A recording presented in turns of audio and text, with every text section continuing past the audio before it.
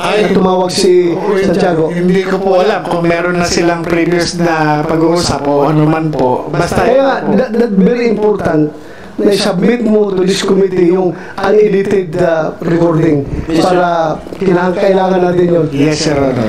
Mr. Chair, how can we be sure if the video that is going to be presented before the committee is totally unedited? We will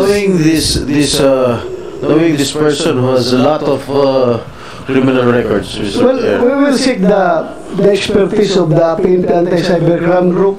Alam nila yan kung yan ay pinagputol-putol o unedited yan. So, yung buong recordings mo, okay lang sa'yo kung papuntahin ko sa'yo yung PNP Cybercrime Group para to retrieve the recording. It's okay with you. Your Honor, Your Honor, ay parang hindi naman po maganda yung sinasabi ni ni Senator Jinggoy Estrada patungkol sa akin. Para namang ako talagang hinuhusugahan. Ako'y may kaso pa lang at hindi pa napapatunayan sa hukuman. Hindi kagaya po ang ating butihing senador. Na po. Ay, wag naman po. Alam mo, Mr. Please. Huwag mong pakikalaman yung kaso ko. Problema ko yun. Yung kaso mo, ayusin mo. Your Honor, ang kaso ko po, Your Honor, hinaharap ko naman po. At ako hindi... Order. Please, silence.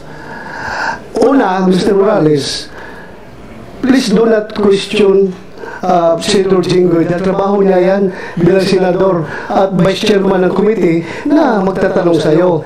Pero kung sinasabi mo na nasaktan ka dahil ikaw akusado ka pa lang, siya konbiktado na tapos pinapalabas na masama ka, well, that's your opinion.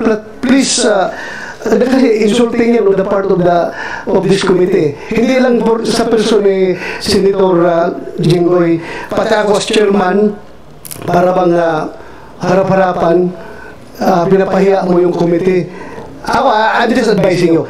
Hindi ako galit sa'yo, just giving you a piece of advice.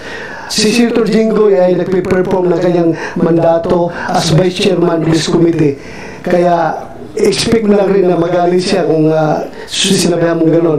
And expect also na yung opinion mo na gano'n. Pero sana huwag tayo humantong sa personalan dito, ha? Mawawala tayo sa ating objective. Okay? Yes, Sir Honor.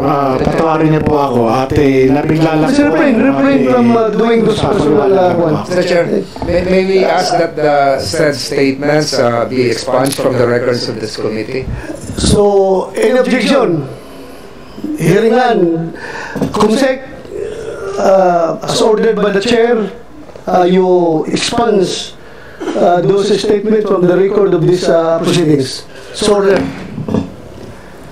you want to say something, Senator Jinggoy? Are we done with the